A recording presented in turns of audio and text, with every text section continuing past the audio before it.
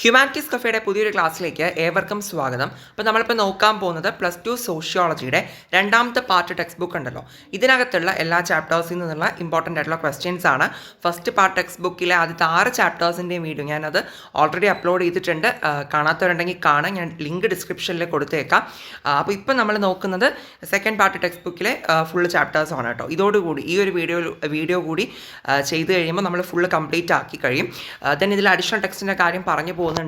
And also ഇംഗ്ലീഷിലും മലയാളത്തിലൊക്കെ questions പറയുന്നുണ്ട് കേട്ടോ. അപ്പോൾ എല്ലാവരും സ്കിപ്പ് ചെയ്യാണ്ട് തന്നെ കാണാൻ ശ്രദ്ധിക്കുക. അപ്പോൾ നമ്മുടെ ഒന്നാമത്തെ ചാപ്റ്റർ ഏതാണ് ഇതിനകത്ത്, അല്ലെങ്കിൽ നമുക്ക് ഒരു കണ്ടിന്യൂഷൻ വെച്ച് പറയുമ്പോൾ ഇത് 8ാമത്തെ ചാപ്റ്റർ ആയിട്ടാണ് വരുന്നത്. അപ്പോൾ എന്തായാലും ഈ ടെക്സ്റ്റ് ബുക്കിലെ ഫസ്റ്റ് ചാപ്റ്റർ എന്ന് പറയുന്നത് സ്ട്രക്ചറൽ ചേഞ്ച് ആണ്, ഘടനാപരമായിട്ടുള്ള മാറ്റത്തെ പറ്റിയിട്ടാണ് നമുക്ക് പഠിക്കാനുള്ളത്. അപ്പോൾ ഇവിടെ ആദ്യമേ പഠിക്കേണ്ടത് കൊളോണിയലിസത്തെ പറ്റിയിട്ടാണ്. ഓക്കെ, കൊളോണിയലിസം എന്ന് തന്നെയാണ് മലയാളത്തിലും പറയുന്നത്. അപ്പോൾ കൊളോണിയലിസം നമുക്ക് ഡെഫിനേഷനായിട്ടൊക്കെ ചോദിക്കാറുണ്ട്. സോ 2-4 മാർക്കിനൊക്കെ കണക്കാക്കി എന്ത് ചെയ്യുക, ഈ ടോപ്പിക്കിൽ നിന്ന് നിങ്ങൾ മൊത്തത്തിലൊന്ന് പഠിച്ചു വെച്ചേക്കാം. നെക്സ്റ്റ് വരുന്ന ഒരു ടോപ്പിക്കാണ് urbanization and industrialization colonial experience. അതായത് നഗരവൽക്കരണവും വ്യവസായവൽക്കരണവും അതിൻ്റെ അധിനിവേശാനുഭവത്തെ പറ്റിയിട്ടാണ് പറയുന്നത്. അപ്പോൾ ഈ ഒരു ടോപ്പിക്ക് വളരെ ഇമ്പോർട്ടൻ്റ് ആണ്. ഈ കൊളോണിയൽ എക്സ്പീരിയൻസ് എന്തായിരുന്നു എന്നുള്ളത് നമുക്കൊരു ഷോർട്ട് എസ്സേ മോഡലിൽ ചോദിക്കാൻ ചാൻസ് ഉണ്ട്. അപ്പോൾ എന്ത് ചെയ്യുക, ഈ ടോപ്പിക്ക് ഫുള്ളായിട്ട് പഠിച്ചു വയ്ക്കുക. ഇനി ഇത് പഠിക്കുമ്പോൾ തന്നെ ഇതിനകത്ത് തന്നെ നിങ്ങൾ പഠിക്കേണ്ട ഒരു 2 ടോപ്പിക്സ് ഉണ്ട്. ഞാനതൊന്ന് പറഞ്ഞു തരാം. നമ്മുടെ ഈ ഒരു ടോപ്പിക്കിനകത്ത് ഈ ടോപ്പിക് ഫുള്ള് നിങ്ങൾ പഠിക്കുക, ഒരു ഷോർട്ട് എസ്സേ കണക്കാക്കി. അതിനകത്ത് തന്നെ ഈ 2 ക്വസ്റ്റ്യൻസ് സെപ്പറേറ്റ് ആയിട്ട് ചോദിക്കാറുണ്ട്. അതാണ് ഞാൻ പ്രത്യേകിച്ചൊന്ന് പറയുന്നത്. ഒന്ന് ഇൻഡസ്ട്രിയലൈസേഷൻ, ഞാൻ പറയുന്ന കേൾക്കുക കേട്ടോ, ഞാൻ അവിടെ ഫുൾ എഴുതിയിട്ടില്ല. ഇൻഡസ്ട്രിയലൈസേഷൻ, ഓക്കെ, ഇൻഡസ്ട്രിയലൈസേഷൻ അല്ലെങ്കിൽ മലയാളത്തിൽ വ്യവസായവൽക്കരണം എന്ന് നമുക്ക് പറയാം. ഓക്കെ, ഇത് എന്താണ് കാര്യം, ഈ കോൺസെപ്റ്റ് എന്താണെന്നുള്ളത് എല്ലാവരും കൃത്യമായിട്ട് പഠിക്കുക. അതുപോലെ രണ്ടാമതായിട്ട് ഡി ഇൻഡസ്ട്രിയലൈസേഷൻ എന്താണ്, അതായത് മലയാളത്തിൽ അപവ്യവസായവൽക്കരണം എന്ന് നമുക്ക് പറയാം. ഓക്കെ, അപ്പോൾ ഈ 2 കാര്യങ്ങളും സെപ്പറേറ്റ് ആയിട്ട് ചോദിക്കാറുണ്ട്. ഒരു 4 മാർക്കിനൊക്കെ ചോദിക്കുന്നതാണ്, അല്ലെങ്കിൽ 1 വേർഡ്സിലോ 2 മാർക്സിലോ ഒക്കെ നമുക്ക് എക്സ്പെക്ട് ചെയ്യാം. 5 മാർക്കിൻ്റെ ഇതിലൊക്കെ വരാം. ഇൻഡസ്ട്രിയലൈസേഷൻ എന്താണ്, ഡി ഇൻഡസ്ട്രിയലൈസേഷൻ എന്താണ്, വ്യവസായവൽക്കരണം എന്താണ്, അപവ്യവസായവൽക്കരണം എന്താണെന്നുള്ളത് കേട്ടോ. അപ്പോൾ 2 നിങ്ങൾ നോക്കിയിട്ട് പോകണം. ഈ ടോപ്പിക്കിനകത്ത് തന്നെയാണ് അത് വരുന്നത്, പക്ഷേ സെപ്പറേറ്റ് ആയിട്ടൊന്ന് പറഞ്ഞു എന്നേ ഉള്ളൂ, ഇത് അങ്ങനെ ചോദിക്കാറുള്ളത് കൊണ്ട്. ഇനി ഈ ഒരു ചാപ്റ്ററിൽ നിന്ന് അവസാന ഭാഗത്തോട്ട് വരുമ്പോൾ ഒരു പ്രധാനപ്പെട്ട ചോദ്യം ഉണ്ട് കേട്ടോ. ഒരു ഷോർട്ട് എസ്സേ 4-5 മാർക്കിന് ചോദിക്കാൻ ചാൻസ് ഉള്ള ഒരു ക്വസ്റ്റ്യൻ ആണ്. അർബനൈസേഷൻ ഇൻ ഇൻഡിപെൻഡൻറ്റ് ഇന്ത്യ, നഗരവൽക്കരണം സ്വതന്ത്ര ഇന്ത്യയിൽ. പക്ഷേ ഇവിടെ എന്താണ് നമുക്ക് പഠിക്കാനുള്ളതെന്ന് ചോദിച്ചിട്ടുണ്ടെങ്കിൽ ഇവിടെ ഒരു സോഷ്യോളജിസ്റ്റിൻ്റെ പേര് പറയുന്നുണ്ട്, MSA റാവോ എന്ന് പറഞ്ഞിട്ട്. ഓക്കെ, അപ്പോൾ അദ്ദേഹത്തിൻ്റെ അഭിപ്രായത്തിലുള്ള അർബനൈസേഷനെ പറ്റിയിട്ടാണ് നമ്മളെടുത്ത് എഴുതാൻ വേണ്ടിയിട്ട് പറയുന്നത്. ഇതാ കാണുന്നുണ്ടോ, എവിടെ ഓൾറെഡി പറഞ്ഞിട്ടുണ്ട് MSA റാവു എന്ന് പറഞ്ഞിട്ട്. അതായത് നമുക്കതിനെ ഇംഗ്ലീഷിൽ പറയുന്ന സമയത്ത് ഞാനൊന്ന് എഴുതി കാണിച്ചു തരാവേ. എവിടെ MSA റാവോ എന്ന് പറയുന്നതാണ് പേര്. That is MSA Rao. Okay, നിങ്ങൾ പ്രത്യേകം നോട്ട് ചെയ്യുക. ഇത് പലതവണ PYQസിൽ ചോദിച്ചിട്ടുള്ളതാണ്. സോഷ്യോളജിസ്റ്റ് ആയിട്ടുള്ള MSA റാവോൻ്റെ വ്യൂ പോയിൻ്റ് എന്താണ്, എന്തിനെ പറ്റിയിട്ടാണ് ഇദ്ദേഹം പറഞ്ഞത്, അർബനൈസേഷനെ, ദാറ്റ് ഈസ് നഗരവൽക്കരണത്തെ പറ്റിയിട്ടാണ് MSA റാവോ എന്ന് പറയുന്ന സമൂഹശാസ്ത്രജ്ഞൻ എന്ത് ചെയ്തത്, സംസാരിച്ചത്. അപ്പോൾ അദ്ദേഹത്തിൻ്റെ വ്യൂ പോയിൻ്റ് എന്താണ്, MSA റാവോൻ്റെ അഭിപ്രായത്തിലുള്ള അർബനൈസേഷൻ എങ്ങനെയായിരുന്നു എന്നാണ് നമ്മളടുത്ത് ചോദ്യം ചോദിക്കുന്നത്. അതായത് എന്താണ് MSA റാവോൻ്റെ അഭിപ്രായത്തിലുള്ള നഗരവൽക്കരണം എങ്ങനെയായിരുന്നു എന്നുള്ളത്. അപ്പോൾ അത് നിങ്ങൾ കൃത്യമായിട്ട് പഠിച്ചിട്ട് പോവുക. ഈ ഒരു ടോപ്പിക്ക് റിലേറ്റ് ചെയ്തിട്ട് അങ്ങനെ ചോദിക്കാറുണ്ട്, MSA റാവുവിൻ്റെ പേരെടുത്ത് തന്നെ ചോദിക്കാറുണ്ട്. അപ്പോൾ ഒരു 4-5 മാർക്ക് കണക്കാക്കി ആ ഒരു ക്വസ്റ്റ്യൻ പഠിക്കുക, വളരെ ഇമ്പോർട്ടൻ്റ് ആണ്. ഇനി നമുക്ക് അടുത്ത് വരുന്ന ചാപ്റ്ററാണ് സാംസ്കാരിക മാറ്റം എന്ന് പറയുന്നത്. കൾച്ചറൽ ചേഞ്ച് ആണ്. അത്യാവശ്യം ഒരു എന്താ പറയുക, എസ്സേ ടോപ്പിക്സ് ഒക്കെ ഉള്ള ഒരു ചാപ്റ്ററാണ് കേട്ടോ. വലിയ ടോപ്പിക്സ് ഒക്കെ പഠിക്കാനുള്ള ഒരു ചാപ്റ്ററാണ്. നമുക്ക് നോക്കാം. ഈ ഫസ്റ്റത്തെ ഒരു ടോപ്പിക് കാണുന്നുണ്ട്, സോഷ്യൽ റിഫോം മൂവ്മെൻറ്റ്സ് ഈ 19th and 20th സെഞ്ച്വറി. 19ാം നൂറ്റാണ്ടിലെയും 20ാം നൂറ്റാണ്ടിൻ്റെ ആദ്യ കാലഘട്ടത്തിലെയും സാമൂഹിക പരിഷ്കരണ പ്രസ്ഥാനങ്ങൾ എന്ന് പറഞ്ഞിട്ട്. ഇതിനകത്തൊന്നും നമുക്ക് എന്താ പറയുക, ഷോർട്ട് എസ്സേ ഒന്നും ചോദിച്ച് കണ്ടിട്ടില്ല. പക്ഷേ എസ്സേ 1 വേർഡ്സ് ചോദിക്കാറുണ്ട് കേട്ടോ. 1 വേർഡ്സ് ആണ് ചോദിക്കുന്നത്. ഞാൻ ജസ്റ്റ് ഒന്ന് പറഞ്ഞുതരാം കേട്ടോ. ദറ്റ് ഈസ് ബ്രഹ്മസമാജ് എന്ന് പറയുന്നത്. ഇതിനകത്ത് ബേസിക്കലി പറയുന്ന സോഷ്യൽ റിഫോമേഴ്സിനെ പറ്റിയിട്ടും അവരുടെ കോൺട്രിബ്യൂഷൻസിനെ പറ്റിയിട്ടൊക്കെയാണ് ഇതിനകത്ത് പറയുന്നത്. അപ്പോൾ ബ്രഹ്മസമാജ് എന്ന് പറയുന്നത് അത് ഫോം ചെയ്തത് ആരായിരുന്നു, രാജാറാം മോഹൻ റോയ് ആയിരുന്നു. അതൊരു 1 വേർഡാണ്. അതുപോലെ തന്നെ പ്രാർത്ഥനാ സമാജ് ഫോം ചെയ്തത് ആരായിരുന്നു, റാനഡെ ആയിരുന്നു അല്ലേ. റാനഡയാണ് പ്രാർത്ഥനാ സമാജ് ഫോം ചെയ്തിട്ടുണ്ടായിരുന്നത്. പിന്നെ ഏതാ വരുന്നത്, അലിഗഡ് അലിഗഡ് മൂവ്മെൻറ്റ്, അലിഗഡ് പ്രസ്ഥാനം അതാരാ ഫോം ചെയ്തത്? സർ സെയ്ദ് അഹമ്മദ് ഖാൻ ആയിരുന്നു കേട്ടോ. സർ സെയ്ദ് അഹമ്മദ് ഖാൻ ആയിരുന്നു. ഓക്കെ, അപ്പോൾ ഈ 3 കാര്യങ്ങൾ നിങ്ങൾ ഓർക്കുക. വൺ വേർഡിന് കണക്കാക്കി ഏതൊക്കെയാണ്? ദാറ്റ് ഈസ് ഒന്ന് ബ്രഹ്മസമാജ് ഫോം ചെയ്തത് രാജാറാം മോഹൻ റോയ്, അതുപോലെ തന്നെ പ്രാർത്ഥനാ സമാജ് ആണെന്നുണ്ടെങ്കിൽ റാണഡയാണ്, പിന്നെ എന്താണ് അലിഗഡ് മൂവ്മെൻ്റ് ആണെന്നുണ്ടെങ്കിൽ അതാരാണ്? സർ സെയ്ദ് അഹമ്മദ് ഖാനാണ്. അത് 3 വൺ വേർഡിന് ചോദിക്കാറുണ്ട്. പിന്നെ ഒരു ടെക്സ്റ്റിൻ്റെ പേര് കൂടി നിങ്ങൾ അവിടെ നിന്ന് പഠിക്കാനുണ്ട് കേട്ടോ. അതിൻ്റെ പേര് ഞാൻ പറഞ്ഞുതരാം. ദ സോഴ്സസ് ഓഫ് നോളജ് കേട്ടോ. The sources of knowledge, the sources. Okay, ഞാൻ ബാക്കി എഴുതുന്നില്ല. ദ സോഴ്സസ് ഓഫ് നോളജ് ആണ്. ആൻഡ് അത് എഴുതിയത് വീരേശലിംഗമായിരുന്നു. വീരേശലിംഗം എഴുതിയ ദ സോഴ്സസ് ഓഫ് നോളജ്. മലയാളത്തിലും അങ്ങനെ തന്നെയാണ് കേട്ടോ. ദ സോഴ്സസ് ഓഫ് നോളജ് ആരാണ്? വീരേശലിംഗമാണ് അത് എഴുതിയിട്ടുണ്ടായിരുന്നത്. ആ ഒരു കാര്യവും വൺ വേർഡ് ചോദിക്കാനാണ്. അപ്പം 4 വൺ വേർഡ്സ് ഞാൻ പറഞ്ഞു തന്നു ഈ ഒരു ടോപ്പിക്ക് റിലേറ്റ് ചെയ്തിട്ട്. ഏതൊക്കെയാണ്? ബ്രഹ്മസമാജ് രാജാറാം മോഹൻ റോയ്, പ്രാർത്ഥനാ സമാജ് റാണഡയാണ്, അലിഗഡ് മൂവ്മെൻറ്റ് സർ സെയ്ദ് അഹമ്മദ് ഖാനാണ്, പിന്നെ ദ സോഴ്സസ് ഓഫ് നോളജ് എന്ന് പറയുന്ന ബുക്ക് എഴുതിയത് വീരേശലിംഗമാണ്. ഓക്കെ ആണല്ലോ. ഇനി നിങ്ങൾക്ക് ഇതിൻ്റെ കൂടെ തന്നെ വേറൊരു ടോപ്പിക്ക്, ഒരു ക്വസ്റ്റ്യൻ കാണാൻ പറ്റും. നോക്കൂ, സമൂഹശാസ്ത്രജ്ഞനായ സതീഷ് സാബർവാൾ കൊളോണിയൽ ഇന്ത്യയുടെ മാറ്റങ്ങൾക്ക് ആധുനിക പശ്ചാത്തലത്തിൽ 3 തലങ്ങളുണ്ടെന്ന് വിശദീകരിച്ചു. അപ്പോൾ സതീഷ് സാബർവാൾ എന്ന് പറയുന്ന സമൂഹശാസ്ത്രജ്ഞൻ എന്ത് ചെയ്തു എന്നാണ് പറയുന്നത്? അതായത് നമ്മുടെ he points out 3 aspects of change in colonial India. Colonial ഇന്ത്യയിലെ 3 ചേഞ്ചിനെ പറ്റിയിട്ട് അദ്ദേഹം പറഞ്ഞു തന്നു. ആ 3 മാറ്റങ്ങളാണ് എവിടെ കൊടുത്തിട്ടുള്ളത്. ഏതൊക്കെയാണ്? മോഡ് ഓഫ് കമ്മ്യൂണിക്കേഷൻ, വിനിമയ രീതികൾ, അതുപോലെ തന്നെ ഫോംസ് ഓഫ് ഓർഗനൈസേഷൻ, സംഘടനാ രീതികൾ, ദ നാച്ചർ ഓഫ് ഐഡിയാസ്, ആശയങ്ങളുടെ പ്രകൃതം എന്ന് പറഞ്ഞിട്ട്. ഇത് 3ൻ്റെയും എക്സ്പ്ലനേഷൻ ഡീറ്റെയിൽ ആയിട്ട് താഴോട്ട് കൊടുത്തിട്ടുണ്ട്. നിങ്ങൾ ജസ്റ്റ് ഒന്ന് വായിച്ച് വെച്ചിട്ട് പോവുക. ഇതിനകത്തുനിന്ന് വൺ വേർഡ്സുകൾ നമുക്ക് വരാറുണ്ട് കേട്ടോ. ഇതിനകത്ത് പല കാര്യങ്ങളും ഉണ്ട്. മീൻസ് വായിക്കുമ്പോൾ നിങ്ങൾക്ക് മനസ്സിലാവും. അതിനകത്ത് നിന്നൊക്കെ വൺ വേർഡ്സ് വരാറുണ്ട്. ഞാൻ എടുത്തെടുത്ത് ഓരോന്ന് പറയുന്നില്ല. നിങ്ങൾ എന്ത് ചെയ്യുക, ഈ ടോപ്പിക്ക്, ഈ പോയിൻറ്റ്സും ഇതിൻ്റെ എക്സ്പ്ലനേഷൻ ഒന്ന് വായിച്ചിട്ട് പോവുക. അപ്പോൾ ആ ഒരു വൺ വേർഡ്സ് അവിടെ കിട്ടും. ഓക്കെ, അതിൽ പ്രത്യേകിച്ച് പല കാര്യങ്ങളും അതിനകത്ത് മെൻഷൻ ചെയ്ത് പോകുന്നുണ്ട് കേട്ടോ. അപ്പോൾ നിങ്ങൾ എന്ത് ചെയ്യുക, അതൊന്ന് വായിച്ച് നോക്കുക. അതിലിപ്പോൾ ഇന്ദു പ്രകാശ് എന്ന് പറയുന്ന ഒരു മീൻസ് ഒരു ഓഥറിനെയൊക്കെ പറ്റിയിട്ട് പറയുന്നുണ്ട്.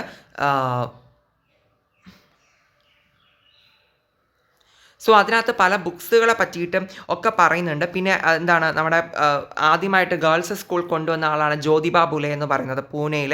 അപ്പോൾ അങ്ങനെയുള്ള കുറച്ച് ഇമ്പോർട്ടൻറ്റ് വൺ വേർഡ്സ് അതിനകത്ത് വരുന്നുണ്ട്. ആ ടോപ്പിക്ക് നിങ്ങൾ എന്ത് ചെയ്യുക, ജസ്റ്റ് ഒന്ന് വായിച്ച് വയ്ക്കുക. അപ്പോൾ ആ ഒരു വൺ വേർഡ്സ്, ആ ബുക്സിൻ്റെ പേരും ഓതേഴ്സിൻ്റെ പേരും ഒക്കെ പറയുന്നുണ്ട്. അത് നിങ്ങളൊന്ന് നോക്കി വയ്ക്കുക കേട്ടോ. ഇനി നമുക്ക് വരുന്ന എവിടെ നിന്ന് ഒരു വൺ വേർഡ് കൂടി നോക്കുക. പർദ സിസ്റ്റം, പർദ എന്ന് പറയുന്നത് കേട്ടോ. പർദ സിസ്റ്റം, അതിനെതിരെ പോരാടിയ വ്യക്തിയാണ് ജഹനാര ഷാനവാസ് എന്ന് പറയുന്നത്. ജഹനാര ഷാനവാസ് ഒരു ലേഡിയാണ്. ജഹനാര ഷാനവാസ് പർദ സിസ്റ്റത്തിനെതിരായിട്ട് പോരാടി കേട്ടോ. അതൊരു വൺ വേർഡാണ്. അതുകൂടി ഒന്ന് നോക്കിയേക്കുക. ഇനി നമുക്ക് വരുന്ന വളരെ ഇമ്പോർട്ടൻ്റ് ആയിട്ടുള്ള ഒരു 8 മാർക്കിൻ്റെ എസ്സേ ക്വസ്റ്റ്യൻ ആണ് സാൻസ്കൃതൈസേഷൻ എന്ന് പറയുന്നത്. അതായത് സംസ്കൃതവൽക്കരണം എന്ന് പറയുന്നത് കേട്ടോ. ഇതെല്ലാവരും പഠിച്ചിട്ട് പോവേണ്ട ഒരു ക്വസ്റ്റ്യൻ ആണ്. 8 മാർക്കിന് ചോദിച്ചില്ല എന്നുണ്ടെങ്കിൽ ഉറപ്പായിട്ടും 6 മാർക്കിന് ചോദിക്കാൻ ചാൻസ് ഉണ്ട്. സോ എന്ത് ചെയ്യുക, എല്ലാവരും നോക്കിയിട്ട് പോവുക. ദെൻ ഈ സാൻസ്കൃതൈസേഷൻ പഠിക്കുമ്പോൾ ഇതിൻ്റെ ക്രിറ്റിസിസംസ്, വിമർശനങ്ങൾ കൂടി ഇതിനകത്ത് പറഞ്ഞു പോകുന്നുണ്ട്. അതുകൂടി നിങ്ങൾ പോയിൻ്റ് ഔട്ട് ചെയ്ത് പഠിച്ചിട്ട് പോകണം. കാരണം അതുകൂടി ചേർത്തിട്ടാണ് നമുക്ക് എസ്സേക്ക് ചോദിക്കുന്നുണ്ടാവും. പ്രത്യേകിച്ച് അവർ ക്രിറ്റിസിസംസ് കൂടി എഴുതാൻ വേണ്ടിയിട്ട് ചോദിക്കാറുണ്ട്. ഓക്കെ, അപ്പോൾ സാൻസ്കൃതൈസേഷൻ എല്ലാവരും നോക്കിയിട്ട് പോവേണ്ടതാണ്.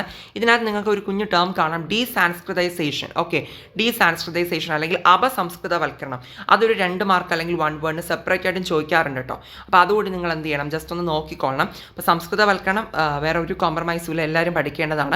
ഇനി വെസ്റ്റേണൈസേഷൻ പറയുന്നുണ്ട്, പാശ്ചാത്യവൽക്കരണം. ഇതും ആക്ച്വലി ഒരു ഷോർട്ടസ്റ്റ് ടോപ്പിക്കാണ് കേട്ടോ. അല്ലെങ്കിൽ ഒരു എസ്സേക്ക് വേണമെങ്കിൽ നമുക്ക് ചോദിക്കാൻ പറ്റുന്നതാണ്. അപ്പം ഇതും കുറേ ഉണ്ട്, അതുകൂടി പഠിക്കുക. ഞാൻ പറഞ്ഞല്ലോ ഇതിൽ കുറേ എസ്സേ ടോപ്പിക്സുകൾ വരുന്നുണ്ട്. ഇനി അടുത്ത് വരുന്ന വീണ്ടും ഒരു എസ്സേ ടോപ്പിക്ക് തന്നെയാണ് മോഡേണൈസേഷൻ ആൻഡ് സെക്യുലറൈസേഷൻ, ആധുനികവൽക്കരണവും മതേതരവൽക്കരണവും എന്ന് പറയുന്നത്. അപ്പം ഇതും നിങ്ങൾ പഠിക്കാം. അപ്പോൾ ഇത്രയേ ഉള്ളൂ ഈ ചാപ്റ്ററിനകത്തുള്ള കാര്യങ്ങൾ. അപ്പോൾ ഞാൻ സാൻസ്കൃതൈസേഷനും വെസ്റ്റേണൈസേഷനും പിന്നെ modernisation and secularisation shortest essay ഒക്കെ ആയിട്ട് ചോദിക്കാൻ ചാൻസ് ഉള്ള 4 ടോപ്പിക്കുകളാണ്. എന്ത് ചെയ്യുക, അതുകൊണ്ട് തന്നെ നിങ്ങളെല്ലാവരും കൃത്യമായിട്ട് തന്നെ ഇത് നോക്കിയിട്ട് പോവുക. പ്രത്യേകിച്ച് സാൻസ്കൃതൈസേഷനും വെസ്റ്റേണൈസേഷനും, അതായത് മലയാളത്തിൽ സംസ്കൃതവൽക്കരണവും പാശ്ചാത്യവൽക്കരണവും, അത് രണ്ടും കുറേ കൂടി ഇമ്പോർട്ടൻ്റ് ആണ്. കുറേ കൂടി തവണ PYQസിൽ കണ്ടിട്ടുണ്ട്. അതുകൊണ്ടാണ്. അപ്പോൾ അത് രണ്ടും പ്രത്യേകിച്ച് ശ്രദ്ധിച്ച് പഠിച്ചിട്ട് പോവേണ്ട ടോപ്പിക്സുകളാണ് കേട്ടോ. ഓക്കെ, ഇനി നമുക്ക് വരുന്ന മൂന്നാമത്തെ ചാപ്റ്ററാണ് ഇന്ത്യൻ ജനാധിപത്യത്തിൻ്റെ കഥ, the story of Indian democracy എന്ന് പറഞ്ഞു കേട്ടോ. അപ്പോൾ ഇതിനകത്ത് ഇത് ബേസ് ചെയ്ത് അഡീഷണൽ ടെക്സ്റ്റിൻ്റെ പോർഷനൊക്കെ പറയുന്നുണ്ട് കേട്ടോ. ഞാനത് ലാസ്റ്റ് പറഞ്ഞുതരാം. സോ ഇത് നമുക്ക് ആദ്യം നോക്കാം. എവിടെ ആക്ച്വലി ആദ്യം വരുന്നൊരു ടോപ്പിക്കാണ് core values of Indian democracy. പക്ഷെ നമ്മുടെ ടെക്സ്റ്റ് ബുക്കിനകത്ത് അത്രത്തോളം കാര്യം ഡീറ്റെയിൽ ആയിട്ട് പറഞ്ഞു വെക്കുന്നില്ല. ഇതേ സെയിം ടോപ്പിക്ക് നമുക്ക് അഡീഷണൽ ടെക്സ്റ്റിൽ വരുന്നുണ്ട്. ഇത് ഇമ്പോർട്ടൻ്റ് ആണ്. ഞാനത് അവിടെ കാണിച്ച് പറഞ്ഞു തരാം കേട്ടോ. ഇതിൽ നമുക്ക് അധികം ഇത്രയേ ഉള്ളൂ, അതിനകത്ത് വലുതായിട്ടൊന്നും പറയുന്നില്ല. ഇവിടെ ആദ്യമേ ഒരു വൺ വേർഡ് നിങ്ങൾ പഠിച്ചു വയ്ക്കുക. നോക്കൂ, ഞാൻ ജസ്റ്റ് ഒന്ന് വായിക്കാം സെൻറ്റൻസ് മൊത്തത്തിൽ. വോട്ടവകാശമുള്ളതും പൂർണ്ണമായും ജനങ്ങളുടെ ആഗ്രഹത്തെ പ്രതിനിധാനം ചെയ്യുന്നതും തദ്ദേശീയവുമായ ഒരു ഭരണഘടന ഉണ്ടാക്കൽ നിയമനിർമ്മാണ സഭയ്ക്ക് മാത്രമേ സാധിക്കൂ എന്ന് ഒരേ ഒരു വഴി എന്ന പേരിൽ 1939 ഗാന്ധിജി ഹരിജൻ പത്രത്തിൽ എഴുതിയ ലേഖനത്തിൽ പറഞ്ഞു. ഇവിടെ നമുക്ക് ചോദിക്കുന്നത് ഗാന്ധിജി എഴുതിയ ന്യൂസ് പേപ്പർ ഏതാണ്? ഹരിജൻ ന്യൂസ് പേപ്പറാണ്. ഇംഗ്ലീഷിലും ഇതേ സെയിം തന്നെയാണ് കേട്ടോ, ഹരിജൻ എന്നാണ് പറയുന്നത്. സോ അതൊന്ന് ശ്രദ്ധിക്കുക. അതിൽ അദ്ദേഹം വൺലി ദറ്റ് ഈസ് ഒരേ ഒരു വഴി എന്നുള്ള നിലയ്ക്കാണ് എഴുതിയിട്ടുണ്ടായിരുന്നത്. അതിനെ നമുക്ക് പറയാം ദ വൺലി വേ എന്നാണ് പറയുന്നത് കേട്ടോ. ദ വൺലി വേ എന്ന പേരിലാണ് എഴുതിയിട്ടുണ്ടായിരുന്നത്. അപ്പോൾ പ്രത്യേകിച്ചും ഗാന്ധിജി ഹരിജൻ ന്യൂസ് പേപ്പർ അത് നിങ്ങൾ മനസ്സിലാക്കി വെച്ചേക്കാം. മാച്ച് ദ ഫോളോവിങ്ങിലൊക്കെ എന്ത് ചെയ്യാറുണ്ട്, AB കോളത്തിലൊക്കെ അങ്ങനെ ചോദിച്ച് കണ്ടിട്ടുണ്ട്. ഗാന്ധിജിയുടെ ന്യൂസ് പേപ്പറാണ് ഹരിജൻ എന്ന് പറയുന്നത്. ഓക്കെ, പിന്നെ നിങ്ങൾ ഈ ഒരു ചാപ്റ്ററിൽ നിന്ന് ഒരിക്കലും സ്കിപ്പ് ചെയ്യാൻ പാടില്ലാത്ത ഒരു 8 മാർക്കിൻ്റെ, അത് പലതവണ റിപ്പീറ്റ് ചെയ്ത് ചോദിച്ചിട്ടുള്ളതാണ്. അതുകൊണ്ട് തന്നെ ഇനിയും ചോദിക്കാൻ നല്ല ചാൻസ് ഉണ്ട്. ഏതാണ്? Panchayati Raj. That is the Panchayati Raj and the challenges of rural social transformation. Panchayati രാജും ഗ്രാമീണ സാമൂഹിക പരിവർത്തനത്തിൻ്റെ വെല്ലുവിളികളും എന്ന് പറയുന്ന ഈ ഒരു ടോപ്പിക്ക്, അതിൽ പഞ്ചായത്തി രാജിൻ്റെ ആദർശങ്ങൾ, ഐഡിയൽസ് ഓഫ് പഞ്ചായത്തി രാജിനെ പറ്റി ഡീറ്റെയിൽ ആയിട്ട് പറയുന്നുണ്ട്. നമ്മുടെ 73rd 74th അമെൻമെൻറ്റിനെ പറ്റി പറയുന്നുണ്ട്. ഈ ഒരു ടോപ്പിക്കും പ്ലസ് ഇതിനോടൊപ്പം തന്നെ powers and responsibilities of panchayat, അതായത് പഞ്ചായത്തിൻ്റെ അധികാരങ്ങളും ഉത്തരവാദിത്വങ്ങളും എന്താണെന്നുള്ളത്, ഇത് രണ്ടും കൂടി ചേർത്തിട്ടാണ് നമുക്ക് എസ്സേക്ക് ചോദിക്കുന്നത് 8 മാർക്കിന്. 8 മാർക്കിന് എന്തായാലും നിങ്ങൾ നോട്ട് ചെയ്ത് വെച്ചോളൂ. കാരണം ഇത് പലതവണ ഇമ്പോർട്ടൻ്റ് ആയിട്ട് ചോദിച്ചിട്ടുണ്ട്. അല്ല 8 മാർക്കിന് വന്നില്ല എന്നുണ്ടെങ്കിൽ 6 മാർക്കിനായാലും നമുക്ക് ഷോർട്ട് എസ്സേ സെക്ഷനിൽ നമുക്കിത് എക്സ്പെക്ട് ചെയ്യാം കേട്ടോ. ഓക്കെ, അപ്പോൾ എന്തായാലും ഇത് നോക്കിയിട്ട് പോകണം. പഞ്ചായത്ത് രാജിനെ പറ്റി 73, 74 ഭേദഗതികളെ പറ്റിയിട്ട് പിന്നെ പ്രത്യേകിച്ചും പറയുന്നത്, ഞാൻ ടിക്ക് മാർക്ക് തന്നെ കൊടുത്ത് വെക്കാം, പവേഴ്സ് ആൻഡ് റെസ്പോൺസിബിലിറ്റീസ്, പഞ്ചായത്തിൻ്റെ അധികാരങ്ങളും ഉത്തരവാദിത്വങ്ങളും. ഇത് മാത്രമായിട്ട് സെപ്പറേറ്റ് ആയിട്ട് ഒരു 6 മാർക്കിനെയൊക്കെ ചോദിച്ചിട്ടുമുണ്ട്. അപ്പോൾ എന്ത് ചെയ്യണം, ഇത് നന്നായിട്ട് തന്നെ ഈ 2 ടോപ്പിക്സ് നിങ്ങൾ കവർ ചെയ്ത് പഠിച്ചിട്ട് പോവുക. ഉറപ്പാണ് കേട്ടോ, നല്ല ഇമ്പോർട്ടൻ്റ് ആണ്. അതുകൊണ്ട് തന്നെ എല്ലാവരും നോക്കിയിട്ട് പോവുക. പിന്നെ ഇതാ ഇവിടെ വൻ പഞ്ചായത്ത് എന്ന് പറഞ്ഞിട്ടൊരു ടോപ്പിക്കാണ്, ഒരു കുഞ്ഞു ടോപ്പിക്കാണ്. ഇത് നിങ്ങൾ പഠിക്കുക. എന്താണ് ഇത് നമുക്ക് ചോദിക്കുന്നതാണ് കേട്ടോ, 2 മാർക്കിന് ചോദിക്കുന്ന ഒരു ക്വസ്റ്റ്യനാണ്. ബോക്സിലാണ് തന്നിട്ടുള്ളതെന്ന് പറഞ്ഞ് സ്കിപ്പ് ചെയ്യരുത്. വൻ പഞ്ചായത്ത് അത് ചോദിക്കുന്നതാണ് 2 മാർക്കിനോ അല്ലെങ്കിൽ 1 വേർഡിനോ ഒക്കെ നമുക്ക് ചോദിക്കാൻ ചാൻസ് ഉള്ളതാണ് എന്ത്, വനപഞ്ചായത്ത് എന്ന് പറയുന്നത്. വനപഞ്ചായത്ത് പറയുന്ന പോലെ തന്നെ വേറൊരു കാര്യം കൂടി പഠിക്കാനുണ്ട്.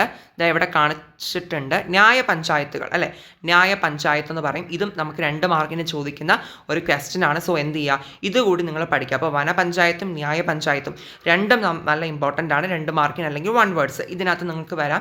അപ്പോൾ എന്താക്കുക, ഡെഫിനീഷനൊക്കെ നോക്കിയിട്ട് പോവാം. പിന്നെ ഇതാ panchayat Raj in tribal areas, ഗോത്രവർഗ പ്രദേശങ്ങളിലെ പഞ്ചായത്തി രാജ് എന്ന് പറഞ്ഞിട്ടൊരു ടോപ്പിക്കാണ്.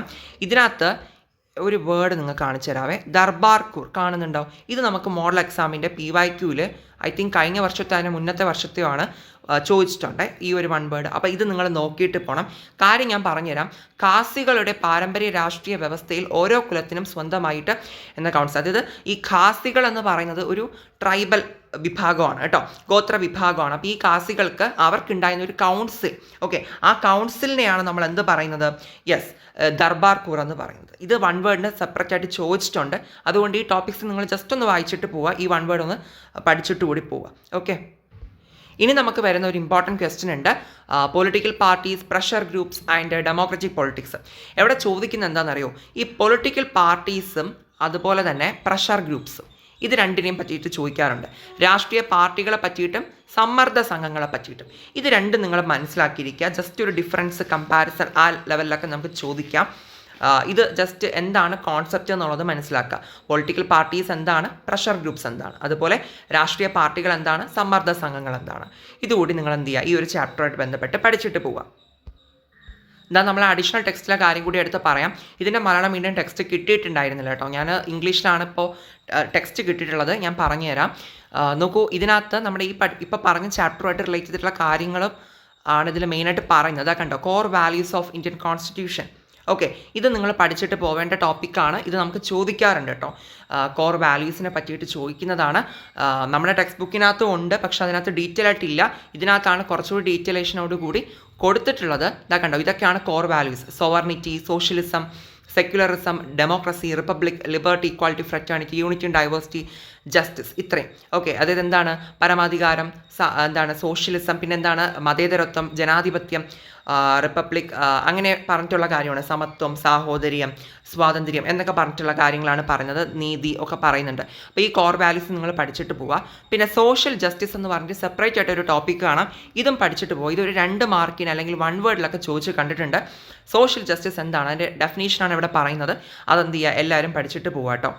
പിന്നെ ഇതേ ചാപ്റ്ററിനകത്ത് തന്നെ നമ്മൾ നേരത്തെ പറഞ്ഞ ചാപ്റ്ററിൻ്റെ കുറച്ച് കാര്യങ്ങളോട് മെൻഷൻ ചെയ്ത് പോകുന്നുണ്ട്. ഇതെല്ലാം എന്താണ് നമ്മൾ പഠിച്ചിട്ടുള്ള കാര്യങ്ങൾ തന്നെയാണ്. ജസ്റ്റ് വേണമെങ്കിൽ ഒന്ന് വായിച്ച് വെച്ചിരിക്കാം, അത്രയേ ഉള്ളൂ കേട്ടോ.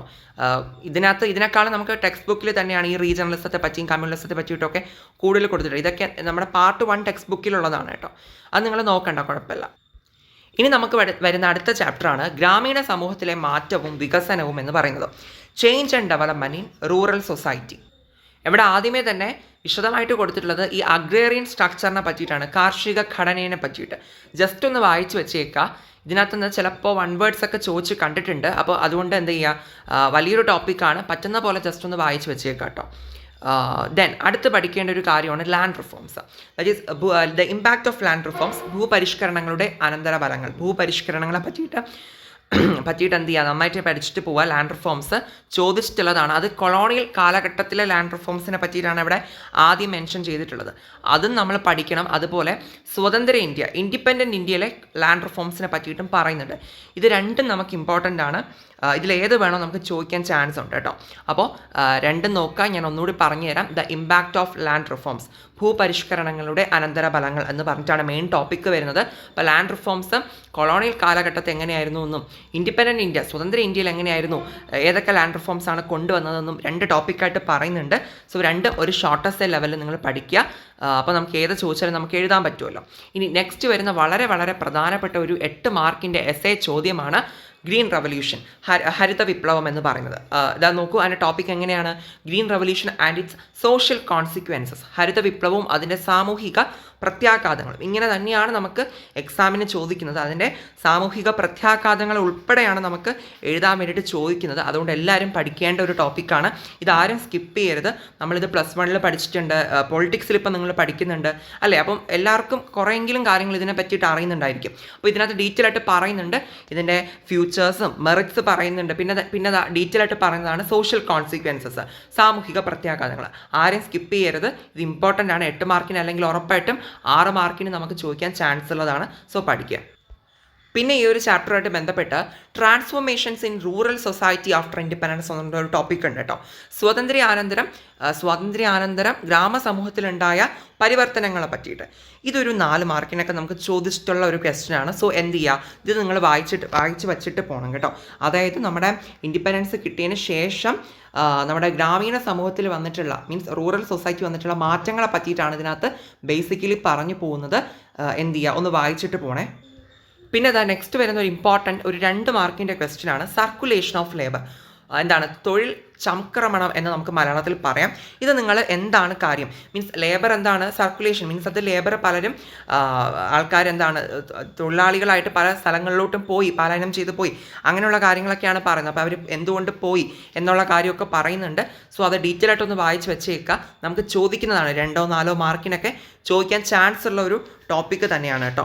ഓക്കെ, ദെൻ നെക്സ്റ്റ് വരുന്നത് ഈ ഒരു ടോപ്പിക്കാണ് globalisation, liberalisation and rural society, ആഗോളവൽക്കരണവും ഉദാരവൽക്കരണവും ഗ്രാമസമൂഹവും എന്ന് പറഞ്ഞിട്ട്. അപ്പോൾ ഇതിനകത്ത് ഒരു 2 മാർക്കിൻ്റെയൊക്കെ 1-2 ചോദ്യങ്ങൾ വരുന്നുണ്ട്. നിങ്ങൾ ഈ ഒരു ടോപ്പിക്ക് ജസ്റ്റ് ഒന്ന് വായിച്ച് വെച്ചേക്കാം. ഇത് മേ ബി ഒരു ഷോർട്ടസ്റ്റ് ആയിട്ട് ചോദിക്കാൻ ചാൻസ് ഉണ്ട് കേട്ടോ. അല്ലാന്നുണ്ടെങ്കിൽ ഇതിനകത്തുള്ള 2 മാർക്ക് ക്വസ്റ്റ്യൻസ് കൂടി നോക്കിയിട്ട് പോയാൽ ഞാൻ ജസ്റ്റ് ഒന്ന് പറഞ്ഞുതരാം അത്. ഈ ഒരു ടോപ്പിക്ക് നിങ്ങൾ പറ്റുന്ന പോലെ എല്ലാവരും ഒന്ന് വായിച്ചിട്ട് പോകുക. വലിയ ടോപ്പിക്കാണ്, പക്ഷേ അതിനകത്ത് 2 മാർക്കിന് നമുക്ക് ഇമ്പോർട്ടൻ്റ് ചോദിക്കുന്ന ഒരു ടോപ്പിക്കാണ് കോൺട്രാക്റ്റ് ഫാമിംഗ്, കരാറു കൃഷി എന്ന് മലയാളത്തിൽ പറയാം. അപ്പോൾ കോൺട്രാക്റ്റ് ഫാമിംഗ് ഇമ്പോർട്ടൻ്റ് ആണ്.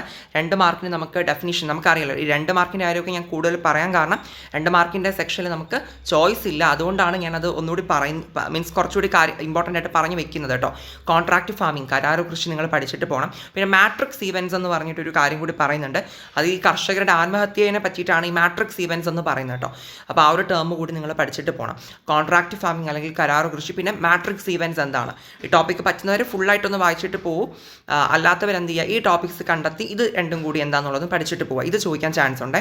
ഇനി നമുക്ക് വരുന്ന അടുത്ത ചാപ്റ്റർ 5ാമത്തെ ചാപ്റ്ററാണ് വ്യവസായിക സമൂഹത്തിലെ മാറ്റവും വികസനവും, change and development in industrial society എന്ന് പറയുന്നത്. ഈ ഒരു ചാപ്റ്ററിൽ നിന്ന് ആദ്യമേ പഠിക്കേണ്ട ഒരു ഇമ്പോർട്ടൻറ്റ് ക്വസ്റ്റ്യൻ ആണ്, എന്താണ് ഓർഗനൈസ്ഡ് സെക്ടർ, എന്താണ് അൺഓർഗനൈസ്ഡ് സെക്ടർ. മലയാളത്തിൽ എന്താണ് സംഘടിത മേഖല, പിന്നെ അതുപോലെ തന്നെ അസംഘടിത മേഖല എന്ന് നമുക്ക് മലയാളത്തിൽ പറയാം. ഇത് നിങ്ങൾ പഠിക്കുക.